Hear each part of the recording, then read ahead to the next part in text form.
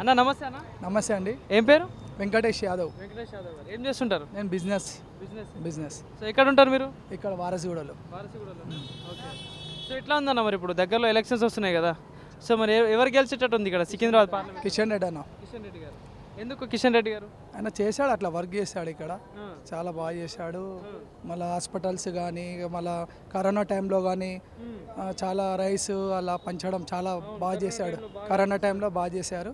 తర్వాత హాస్పిటల్లో కొన్ని ఎక్విప్మెంట్స్ కూడా చేశారు ఇక్కడ, మన రెడ్ క్రాస్ హాస్పిటల్లో కానీ ఇట్లా చాలా బాగుంది అన్న. అది ఖచ్చితంగా ప్రజల్లో తిరుగుతుంటాడా అన్న? ఇప్పుడు ఏదైనా ఇప్పుడు దగ్గరలో ఎలక్షన్స్ ఉన్నాయి కదా, ప్రజలలోనే ఉంటాడు అన్న. ఎప్పుడు చూడు ప్రజలలోనే నిమ్మకం. ఖచ్చితంగా 100% దాంట్లో సమస్య లేదు దాంట్లో. అంటే ఇప్పుడైనా వెళ్తే ఎట్లా ఉంటుంది, స్పందన ఎట్లా ఉంటుంది? ఎందుకంటే అటు బీజేపీ రాష్ట్ర అధ్యక్షులుగా అటు మంత్రిగా కూడా ఉన్నారు కదా, మరి ఎట్లా దగ్గరికి వస్తారా? వస్తారు ఖచ్చితంగా. ప్రతి కార్యకర్తని ప్రజలని అందరినీ కానీ కలుపుకొని పోయే వ్యక్తి అతను కిషన్ రెడ్డి అన్న. సో మరి ఇటు పద్మారావు ఉన్నారు, దానం నాగేందర్ కూడా ఉన్నారు, మరి లైన్ వాళ్ళు ఏదైనా ఉండని వన్ సైడ్ అయిపోతుంది, వారు వన్ సైడ్ కిషన్ రెడ్డి అన్న అంతే. ఎంత మెజారిటీ రావచ్చు మరి? రావచ్చు ఒక 1 లక్ష. Okay, thank you. రైట్ అన్న.